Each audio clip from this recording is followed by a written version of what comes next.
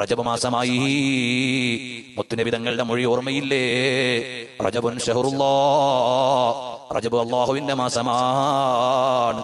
വശഅബാനു ശഹ്രി, ശഅബാൻ എന്റെ മാസമാണ്. വറമളാനു ശഹ്റു ഉമ്മത്തി, റമളാൻ എന്റെ ഉമ്മത്തിന്റെ മാസമാണ്. റജബുൻ ഷഹ്റുല്ലാഹ് വശഅബാനു ശഹ്രി വറമളാനു ശഹ്റു ഉമ്മത്തി.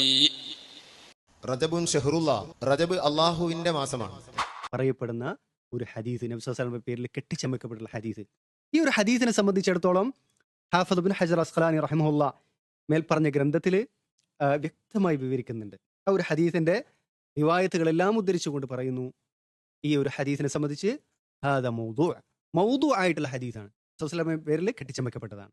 കാരണം ആ ഹദീസിൽ വന്നിട്ടുള്ള റാവി, അതിൽ പ്രധാനപ്പെട്ട റാവിയാണ് നഖാഷിനെ സംബന്ധിച്ചിടത്തോളം വദ്ദാഉൻ ദജ്ജാൽ, ഹദീസുകൾ കെട്ടിയുണ്ടാക്കുന്ന ദജ്ജാലാണെന്നുള്ളതാണ് പറഞ്ഞിട്ടുള്ളത്, ഹാഫിദ് പറഞ്ഞിട്ടുള്ളത്. അതുപോലെ ഈ ഒരു ഹദീസ് ഉദ്ധരിച്ച ആൾ തന്നെ ആരാണെന്നുള്ളതിനെ സംബന്ധിച്ചും ഒരു വ്യക്തതയും ഇല്ല എന്നുള്ളത്. ഇത് ഹാഫിദ് ഇബ്നു ഹജർ അസ്ഖലാനി മാത്രമല്ല പറഞ്ഞിട്ടുള്ളത്. അദ്ദേഹത്തിന് മുമ്പ് വലിയ പണ്ഡിതനായിട്ടുള്ള ഇമാം അബൂ ഷാമ അൽ മഖ്ദിസി അശ്ശാഫിഈ റഹിമഹുല്ലാ, അദ്ദേഹത്തിന്റെ അൽ ബാഇസ് ഫീ ഇൻകാരിൽ ബിദ്അ വൽ ഹവാദിസ് എന്നുള്ള ഗ്രന്ഥത്തിലും ഇതേ കാര്യം പറയുന്നുണ്ട്. ധാരാളം മുൻഗാമികളായിട്ടുള്ള മുഹദ്ദിസീങ്ങളിൽ നിന്ന് ഉദ്ധരിച്ചുകൊണ്ട് ഈ ഒരു ഹദീസ് മൗദൂ ആണ് എന്ന് എന്ത് ചെയ്യുന്നുണ്ട്, സ്ഥാപിക്കുന്നുണ്ട്. ഈ ഒരു ഹദീസാണ് നമ്മുടെ നാട്ടിൽ എന്താണ് റസൂലുള്ള പറഞ്ഞു എന്ന് പറഞ്ഞിട്ട് ഉളുപ്പില്ലാണ്ട് എന്ത് ചെയ്യുന്നത്, മുസ്ലിയാക്കന്മാര് ഈ സാധാരണക്കാരുടെ മുമ്പിൽ എഴുന്നേറ്റ് നിന്ന് സംസാരിക്കും. അത്രയേറെ ഗൗരവമുള്ള വിഷയമാണ്. റസൂലുള്ളാഹിനോട് അങ്ങേയറ്റം സ്നേഹമുണ്ട്, റസൂലുള്ളാഹിന്റെ ആശിക്കങ്ങളാണ് എന്ന് പറയുന്ന ആളുകളാണ് റസൂലുള്ളാഹിന്റെ പേരിലുള്ള കെട്ടിച്ചമയ്ക്കപ്പെടുന്ന ഹദീസുകൾ എന്ത് ചെയ്യുന്നത്, ഒരു ഉളുപ്പുമില്ലാതെ പ്രചരിപ്പിക്കുന്നത്. ഇതാണ് ഇവരുടെ അവസ്ഥ. എല്ലാ വിഷയത്തിലും ഇവരുടെ തെളിവുപിടുത്തം ഈ രീതിയിലാണ്.